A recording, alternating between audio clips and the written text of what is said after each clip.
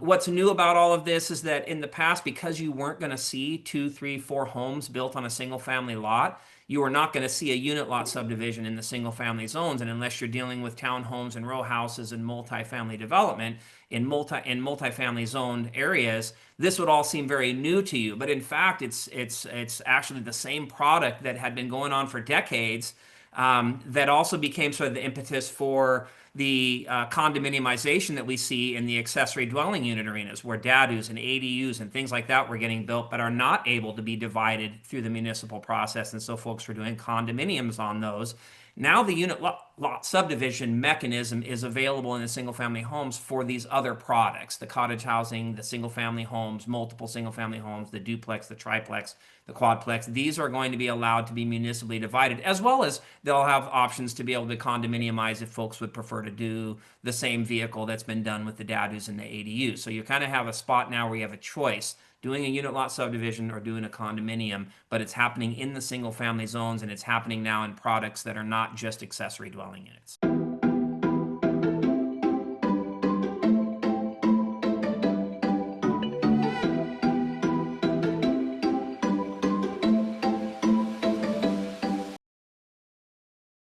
Hello, Terry. Thanks for coming on with us today. Thanks, Jeff. Great to be here and good to see you again. Yeah, it's great to have you, Terry. I'm excited. I'm excited to hear everything that you have to say today. I'm excited for it as well. Yes. So, Terry, a couple years ago, we had the Year of Housing, and in 2023, we produced this, Year of Housing. Then a lot of new laws and new terminology came with it, and one of those is unit lot subdivision. So, let's start at a high level. What exactly is a unit lot subdivision, and why is this term suddenly showing up around middle housing? Yeah, I would start by saying unit lot subdivision is not really a new term. It's been around for 30 years, but I think what's new is you have not typically seen the unit lot subdivision concept implemented in the single family zones. It's primarily been reserved for multifamily zones. So a lot of your townhome and row house type development in multifamily zones have been utilizing this. We've done thousands of them over the last 30 years, and now what you're seeing is that single family is becoming much more like multifamily, and the unit lot subdivision is now going to be a tool for the ability to municipally subdivide property in the single family zones. As you said, these have been allowed under Washington state law before the recent housing bill changes. So is there anything new in this? I think so. I mean, to a certain degree, because what's happening, what's driving all of this is the type of products that can be built in the single family zone now. Folks might be familiar with the word subdivision or short subdivision or long subdivision. And so there's been these different ways of describing thresholds for how many lots you're creating. And normally in the single family zones where you're only putting one home on a lot, you would be doing a traditional short plat if it's 9 lots or less, or a long plat or formal subdivision if it's 10 lots or more. But the point is you're submitting an application to a city for subdivision, and it's being municipally reviewed and subdivided, and it's creating actual building sites or building lots. And then you go in and get a building permit on those individual lots for your single family home that you're going to build. And that's the typical traditional model of subdividing in most all municipalities over the years. What's different about this and what's borrowed from the multifamily zone is now, because you're allowed to develop 4, even 5 or 6 units if you're close to transit and are doing affordable housing, you have multiple homes being built on single family lots. And the way that that's done, and the major sort of distinguishing factor that's different from the lens that you might have looked at in single family zones in the past, is that you're looking at the parent parcel first and foremost as the building site and saying, what can I build on this site? With all this new middle housing push, we're getting all these new products: duplex, triplex, quadplex, cottage housing, multiple single family homes that can be built on a single family lot. But it's all being done as if it's one parent parcel. And in fact, you could just literally build all of those homes that you can fit in the building side of the application, and then just sit on those as rentals. But for most people, what they're looking to do is figure out, how do I separate these into their own tax parcel numbers? How do I divide them in such a way that I could sell one, keep one, rent them, those kinds of things, and have them be on their own lots. And the municipal subdivision process that allows you to take what's already been built or what's already been permitted in the sort of multifamily lens is where the unit lot subdivision comes in, because it says we're going to look to the parent parcel as the development site, but we're going to create lines of ownership and any number of easements or shared uses for roads and parking and bicycle storage and trash and all these different sort of site elements that go into the creative design processes for these are all implemented in that unit lot subdivision process via easements and so forth, or covenants and restrictions and that sort of thing. And so what's new about all of this is that in the past, because you weren't going to see 2, 3, 4 homes built on a single family lot, you are not going to see a unit lot subdivision in the single family zones. And unless you're dealing with townhomes and row houses and multifamily development in multifamily zoned areas, this would all seem very new to you. But in fact, it's actually the same product that had been going on for decades, that also became sort of the impetus for the condominiumization that we see in the accessory dwelling unit arenas, where DADUs and ADUs and things like that were getting built, but are not able to be divided through the municipal process. And so folks were doing condominiums on those. Now the unit lot subdivision mechanism is available in the single family homes for these other products, the cottage housing, the single family homes, multiple single family homes, the duplex, the triplex, the quadplex. These are going to be allowed to be municipally divided, as well as they'll have options to be able to condominiumize if folks would prefer to do the same vehicle that's been done with the DADUs and the ADUs. So you kind of have a spot now where you have a choice, doing a unit lot subdivision or doing a condominium, but it's happening in the single family zones, and it's happening now in products that are not just accessory dwelling units. Well, thank you. You know, it's interesting how you explain it and how it has existed. But if you talk about ULS, there's not a lot of people familiar with it, including me. I'm part of that crowd. And now let's talk about the legislative changes in Senate Bill 5258 and 5559. So what changes do cities needs to make, or the counties, by 2026 in those bills? I think the main difference there is not all jurisdictions had a unit lot subdivision mechanism in place, and some that did only allowed it in the multifamily zones. Now what we're going to see is requirements that these cities that are operating under the Growth Management Act and are part of this middle housing, 70 to 80 cities in the state, are going to have to also implement the unit lot subdivision as a possible vehicle for separating the ownership of these middle housing products that are being built on single family lots. So if somebody wants to build 4 homes on a single family lot, the unit lot subdivision has to be a tool available to them. And I'll just say this, one of the things, I think the reason why this causes a lot of confusion is this: we've got all these different words that mean different things. And zooming out a little bit high level, I talked earlier about how short plats are 9 lots or less, formal plats or formal subdivisions are 10 lots or more.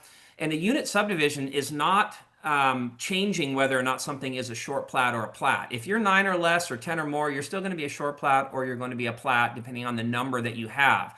The difference is that the unit lot subdivision sits on top of the building plans. You're typically not allowed to submit your unit lot subdivision until you've submitted a building plan first that shows these are the homes I'm going to build on the lot. So if I'm going to build 3 homes or 4 homes, then I have to have a building plan that's submitted, and then the unit lot subdivision sits on top of that. It'll still be a short plat if it's 9 or less. It'll still be a formal plat if it's 10 or more, but it'll have this additional layer of understanding that as a unit lot subdivision, in addition to whether it's a short plat or a plat, it now sits on top of a building plan. And that building plan, as I mentioned earlier, is based on the overall parent parcel. So rather than creating individual lots that you could then go in and get building permits on those lots later, you're getting your building permit on the parent parcel. It's on the building site as a whole. And then what you're really creating in the unit lot subdivision process is a municipal subdivision where the lines that you put on there for ownership are just ownership lines. And they'll have notes that'll be placed as conditions at the jurisdictional level that say these sites are all bound by the development standards that apply to the parent parcel. So when you look at things like setbacks, and you look at things like floor area ratio for the amount of square footage you can have, for the lot coverage, how much of the site can you cover? All of these kinds of things are based on a parent parcel's integrated building plan, and the unit subdivision sits on top of that as this additional layer of a municipal review that creates divided lots, but they're not building sites. You would not go in and get a building permit on one of your unit lots, and you would not expand your square footage or your floor area ratio or your lot coverage on your unit lot unless you went in on the overall site plan and modified the whole thing as a parent parcel. So that I think is where the confusion comes from, because on the one hand, it's very much like a short plat or plats going in and getting reviewed. It's 9 lots or less, or it's 10 lots or more. But on the other hand, it's not creating autonomous building sites. It's creating lots that are for ownership purposes only, and therefore it's tied to the building plans that are the underlying building permit on the parent parcel. And the new legislation is requiring all of these cities that are now going to be doing duplex, triplex, quadplex, and multiple single-family homes to create more dense opportunities in these single-family zones. They have to allow this municipal unit lot subdivision process to separate the ownership, because none of these lots are going to meet minimum lot size. They're going to have sometimes party walls where there's duplexes or triplexes, so they're not going to have setbacks and things like that. And that's the whole point of the unit subdivision. It's saying we're not going to apply setbacks and floor area ratios and lot coverage and that to the unit lots. We're going to apply them to the parent parcel, and the unit subdivision is going to simply sit on top of it and allow us to create separate forms of ownership. That's great. You kind of got into my next question. That was my next question, is like how, how does, if you could just visualize the traditional subdivision or short plat with a ULS. I guess my question for like people who don't understand it, like if I was just an owner, like, and I do have a lot, right? And if I were to subdivide it in 3 lots versus I can now build up to 3 units on it. Could you just simplify that like in very simple language? So if I have no idea about the legal language or this language, I will still understand it. Yeah. Well, traditionally, let's take an example of a city like Seattle that has certain minimum lot sizes. Most cities, most municipalities have some type of zoning code around what their minimum lot sizes are. If you take a single family lot in Seattle that has a 5,000 square foot minimum, and you have a 5,000 square foot lot, then you're not going to be allowed to subdivide that property in the traditional way, because you only have 5,000 square feet and you're in a zone that says I'm only allowed to have 5,000 square feet minimum lots. Now, if you had 10,000 square feet and you had the ability to divide them into 2 so that you had 2 5,000 square foot lots, that would be the traditional understanding, as you're saying. Somebody that wants to just subdivide their property, but it's very limiting, and most of that land has been used up and built on and divided out, and there's just not enough land to be able to continue to subdivide in that traditional way. So now what you have is somebody who has a 5,000 square foot lot can now build 4 homes on their lot.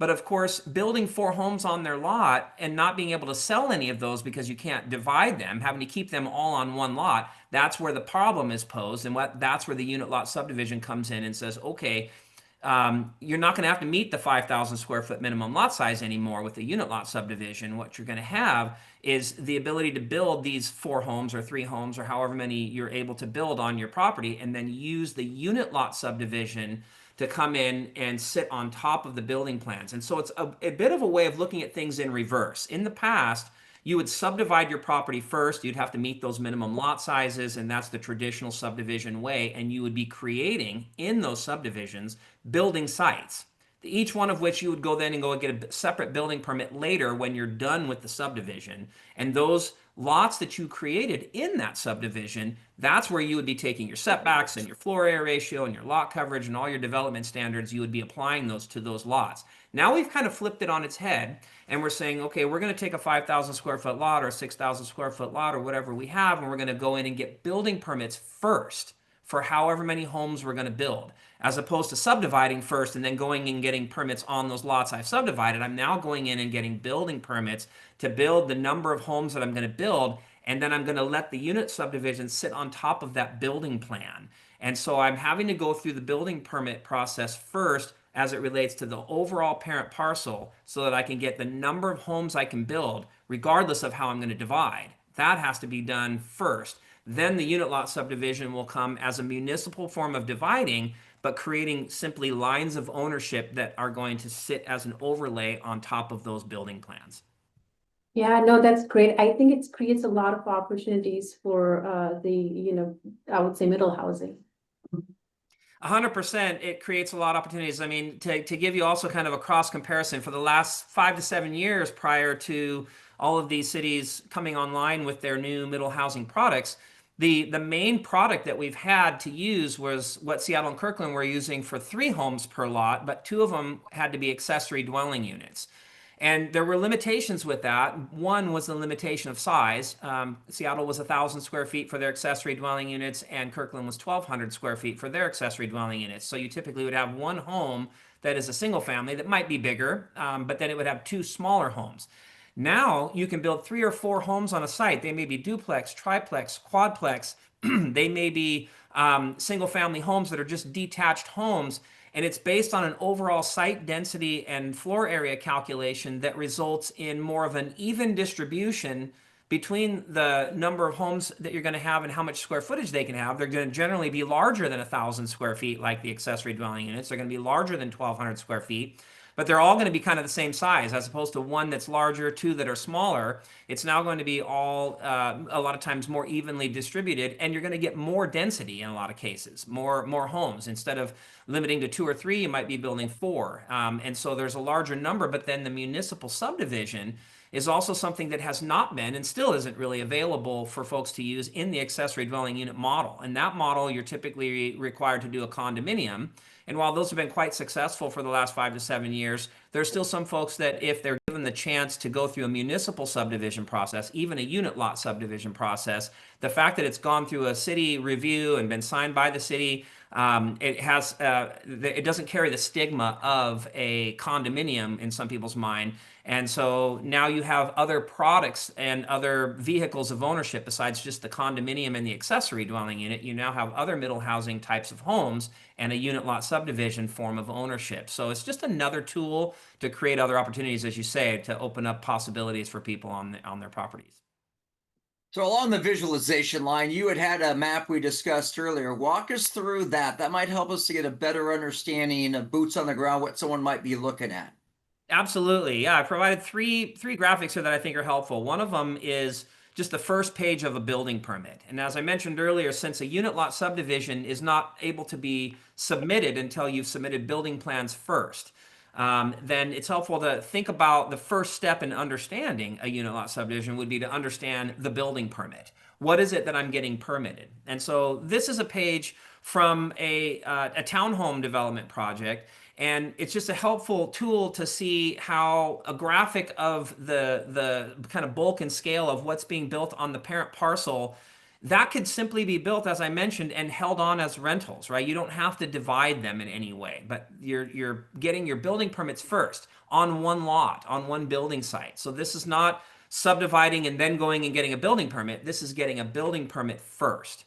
And since this is a helpful way to help kind of bridge the gap of understanding between what's been occurring for decades in the multifamily zones to now what is going to be happening in many cases in these infill single family zones, I think it's helpful to see that graphic in the sense of, okay, I'm starting with my building permit. How many homes am I going to build? And what kind of homes are they? Are they going to be duplex, triplex, quadplex? Are they going to be standalone single family homes or cottage housing? You start with that in the building plan, and that's based on your parent parcel as a development site. The second picture that I wanted to show you is a really helpful graphic that shows, okay, now that I see how the buildings are going to be built, how would I separate their ownership? Typically, when they're sharing party walls, like a duplex, triplex, quadplex would, you'd be putting the new unit lines between the party walls. So it would separate the units by the shared wall that they have. And as you can see in the graphic, the unit lines that are being created are just squares or rectangles or whatever shape they are based on where the structures are going. And that's all that's on this map in terms of areas that will be owned. Each owner will own a unit lot, and on that unit lot will be whatever the building is that it is, whatever the yard that it is, whatever parking or driveways or shared areas like trash and bicycle storage, parking, all these different things. And they're all done with easements. And so that's also a little baffling to folks because folks are used to a traditional subdivision might subdivide lots, create road tracks, create separate tracks for storm drainage facilities or parks or other types of amenities. Here in the unit lot subdivision, since it's all based on the building plans, you're getting your building permit for whatever these features are going to be. And then if you're going to carve out a unit subdivision for separate ownership, you want to figure out how all the shared facilities that are just sitting on top of your unit might be used by other owners. For example, the driveway that you see on the graphic there, or the trash storage area, or the common amenity area. These are all areas that are not separate from units. They're inside somebody's unit. Somebody's either burdened or benefited or both by all of these different features. And just to show how interesting it is to remove all of that complexity and look at the last page of the graphic, and you just see the layout of the 7 units that were in this unit lot subdivision. You have A, B, C, D, E, F, and G, and they're all just squares or rectangles, and you don't see the buildings, you don't see the shared driveways, you don't see where people are going to park or where the trash is going to go. You just see quite literally how the unit lot subdivision is dividing up. But obviously, as we go back and look at those other layers, the building plans and the easements and so forth, you now see kind of getting answers to the earlier questions that we were talking through. How does this work, and how is it different from a normal subdivision? Because these lines you're looking at on the 3rd page that are just these clean subdivision lines, they're sitting on top of a number of other features, structures and shared facilities, storm drainage, roadways, all of that. But on a clean page like that, you don't see any of them, but that's the municipal unit lot subdivision in a nutshell. Okay, so a lot of people, we've been training people now with condoization, all these words.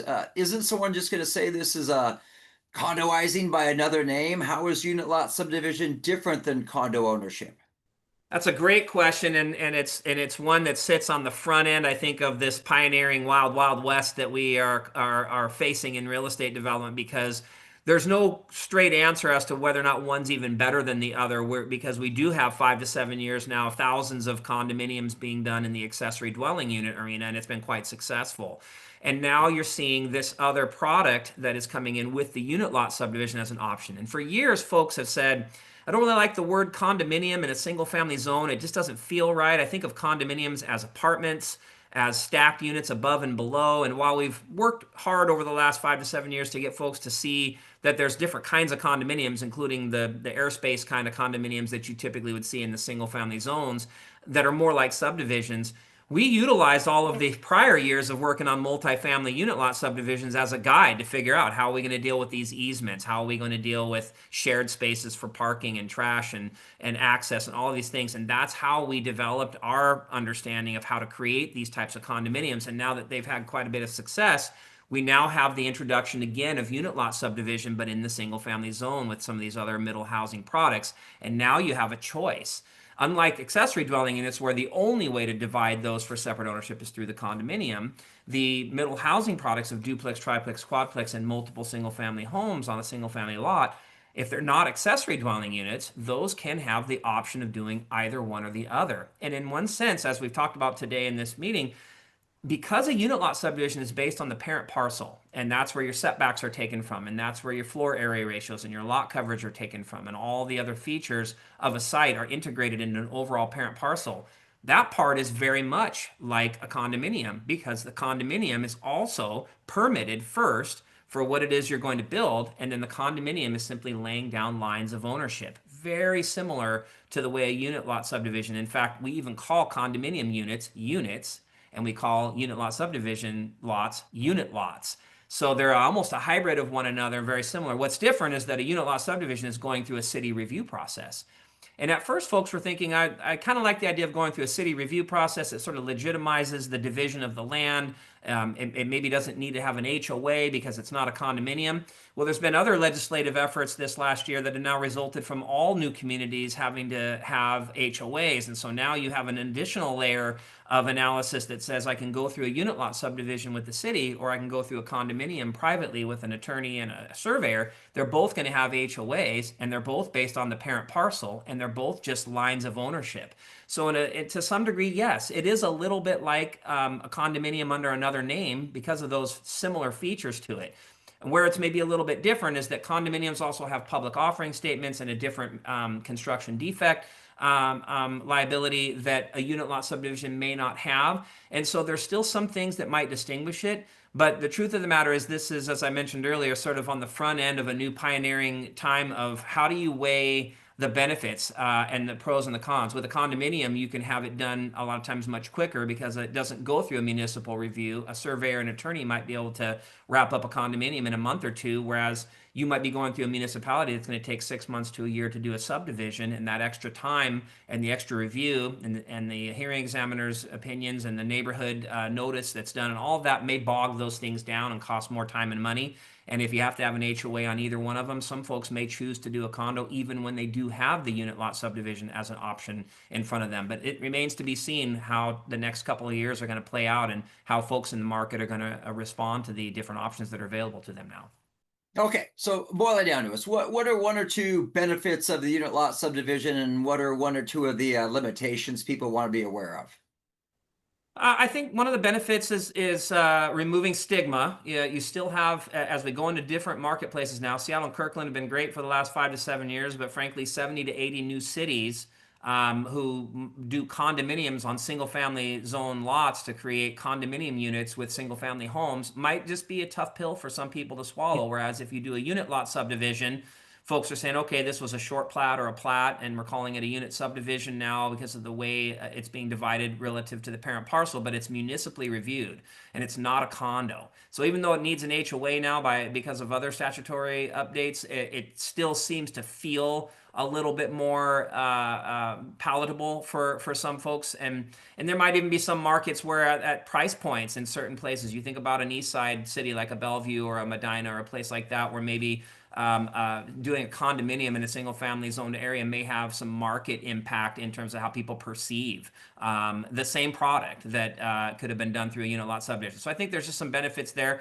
What are some of those are some of the pros? What are some of the cons? I think I had a couple of cities that were introducing their unit lot subdivisions at the beginning of the year, and they're still in the process of reviewing them here in November. They required a whole litany of steps in the unit lot subdivision, including a pre-application meeting, which you had to put on the schedule a month out or 2 months out, and then going back to your subs to get new updated documents based on the comments that came out of those pre-app meetings, and then a preliminary submittal, and then a hearing examiner and neighborhood chance of appeals, and then the conditions of approval, and then a final submittal. These are a lot of steps that with some cities, maybe they'll be able to punch them out in 4 to 6 months. Other cities may take 6 months to a year, and then that holding time for the carrying costs and the additional layers of review that are going on, having the option of doing that versus, say, a condominium where there's no municipal review, but you still end up with separate tax parcels and sellable units.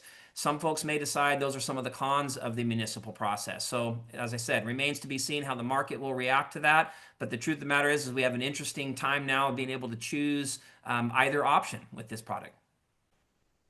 Yeah, I would love you to touch base on the transitioning and the implementation. I'm curious to see, because you did mention like city reviews and everything. Are these changes happening like on the city level? And we know that we have until 2026 to adopt these procedures as well. So how are the cities or the counties that are handling it? Is it like being interpreted like differently at level, or how do you see it? Like what's going on out there? Well, I think the implementation of these will be different city by city. And so, and whether or not cities will require a pre-application meeting first, or whether they're going to have a more lengthy preliminary review of 3 to 6 months and then require an additional layer of review at the final, this will be something that you'll have to kind of go through each jurisdiction one by one and see how they're doing, and then compare that to whether or not I could have just done a condominium and been done with it in a month or two. And so I think this will be a time to sort of see how each municipality is equipped to handle it and keep it streamlined. I mean, one of the goals with all of this was also to create some pathways to remove some of the bureaucracy. I mean, we mentioned earlier about how subdivisions were getting harder and harder to do. They also take longer and longer to do, and there's just a lot of layers when you have multiple jurisdictional review departments weighing in. It's by nature a fairly convoluted process, and while there's been efforts to streamline that, it'll be interesting to see whether or not when the unit lot subdivisions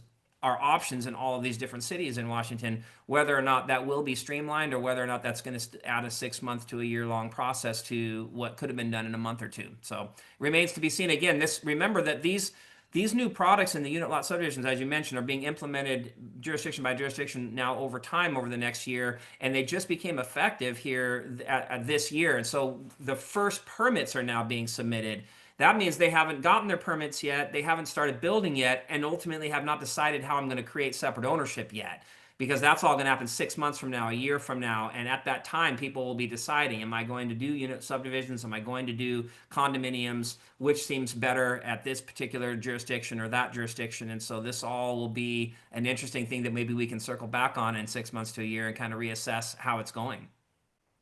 Yeah, follow-up question on this one, and I'm gonna use the word excitement. So are the cities, like some cities like early adopter, are they excited to adopt it, or in the summers like, lagging behind?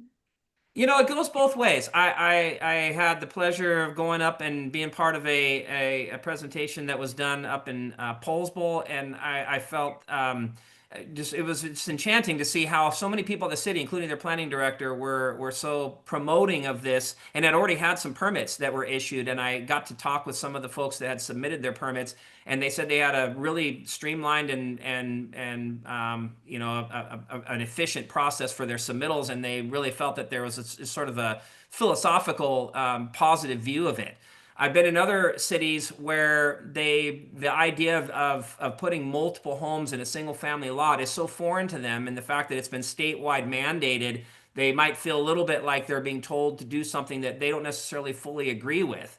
And even then going a deeper level of saying, the unit lot subdivision versus the condominium, because the condominium is not reviewed by the municipality. Some jurisdictions may feel that it's some form of a loophole where you're able to divide without subdividing because you're going through the condominium process and simply hiring an attorney and a surveyor to make a map and declaration and create parcel numbers and sales, and the city's not getting any review outside of their building permit process on the land use side of it. And so they may have a bias against that mechanism. And I have seen some commentary come back from some cities that have been very frowning upon the condominium as a form of ownership.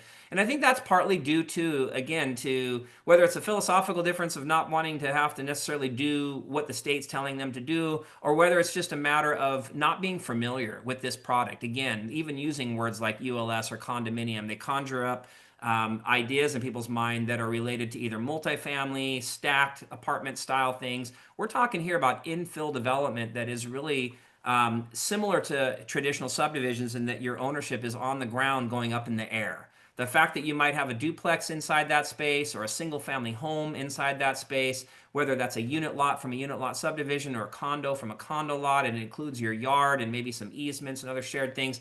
This is all new territory for people to get their mind wrapped around the product, because we're using words that used to be associated with other types of development.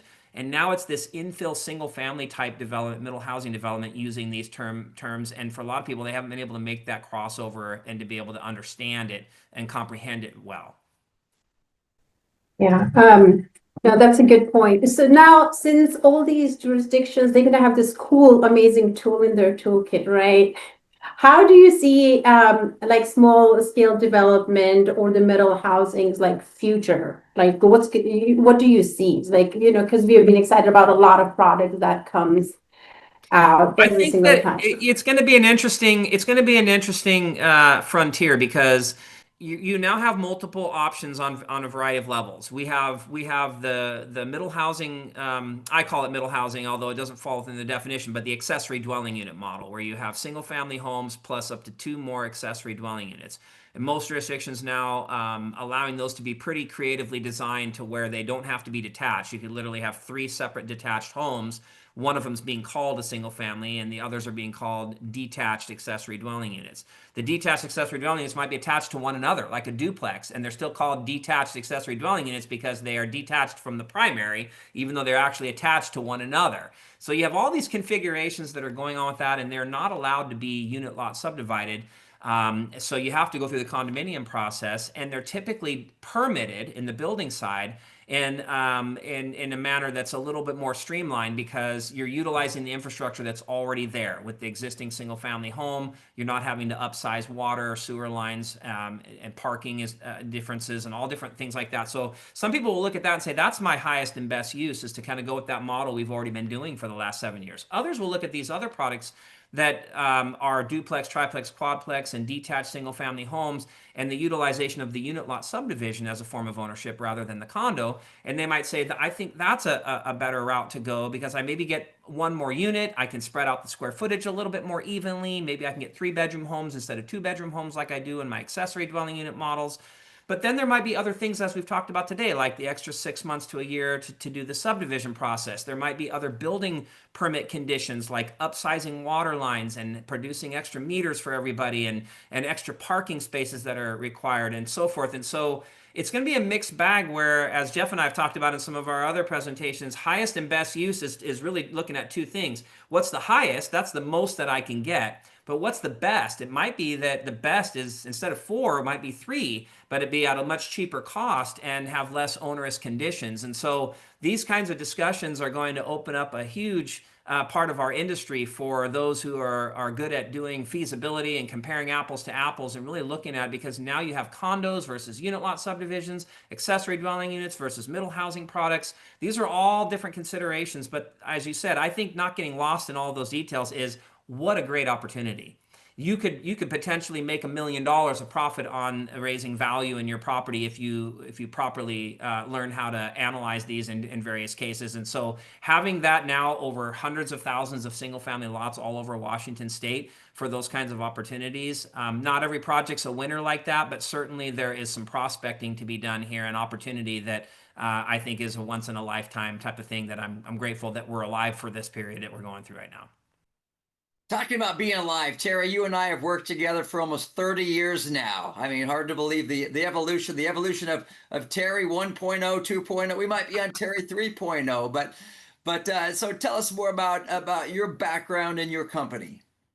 Yeah, well, I cut my teeth, as folks who've seen me speak before, they know that I cut my teeth when I first met you back in 1996 through the land surveying lens. And that was super helpful for me. If I could promote folks getting a job at a land surveying company or at least taking some survey classes at a technical college, what a great help for brokers, appraisers, investors, just learning how to read legal descriptions, easements, maps, all these different things. That's how I cut my teeth. And of course, we worked a lot in subdivisions back in those days and boundary line adjustments and all the different jurisdictions. And what that gave me was a toolkit that said all these different cities, all these different counties, they all have a slightly different way about going about how they permit these things. And you can grab nuggets of wisdom from the way that one city does something or the way that another city does something or another county does something, and even make recommendations for sort of some best practices that might be able to get adopted in other places.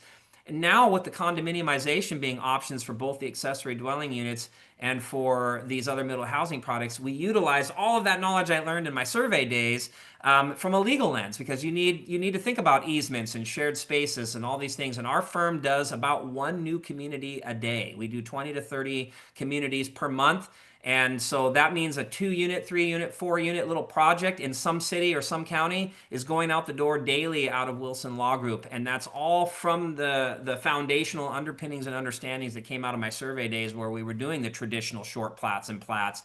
And now we're utilizing all of that background over the last 30 years to sort of bring to the table ideas of how to help sites operate and function in the best practice way and create systems and scalable systems around all of that. So my background from survey days to now as an attorney dealing with CC&Rs and declarations and easements and any number of HOA matters and all of these things is just all part of this middle housing thing. I sometimes forget that this is not everybody else's life. It's my daily thing that we deal with on a daily basis, and I'm happy just to be a part of what now is becoming kind of a neat thing statewide, where you know, almost everywhere around the state you're looking at different ways, and now where we can provide more opportunity for more affordable options and more available different tools and options for different types of housing. And you mentioned we've done a number of talks together out there, and I hear over and over about building your team and finding the right people that help you on different parts of it. So you'd obviously be a great team member on anyone's team. If people would like to connect with you, learn more about you, how can they do so? Well, our website is wilsonlawgroupwa.com. You can also do a Who's Your Dadu search .com, and that'll pull to our website as well. We got our email on there and phone numbers and so forth. There's also some little video clips, little social media clips and things, smaller versions of things like we talked about today that you can click on and get little bite-sized nuggets of data and information about where we're at and where we're going in all of this. But yeah, feel free to reach out to our company via phone or email through our website, and be happy to chat. As always, Terry, great to talk with you, and thanks for coming on today. Thanks so much for having me, Jeff. Great seeing you. Thanks, Nisha. Yeah, thank you. It was a pleasure. I learned so much about ULS, and thank you, Jeff, for letting me be part of this as well. It was a pleasure.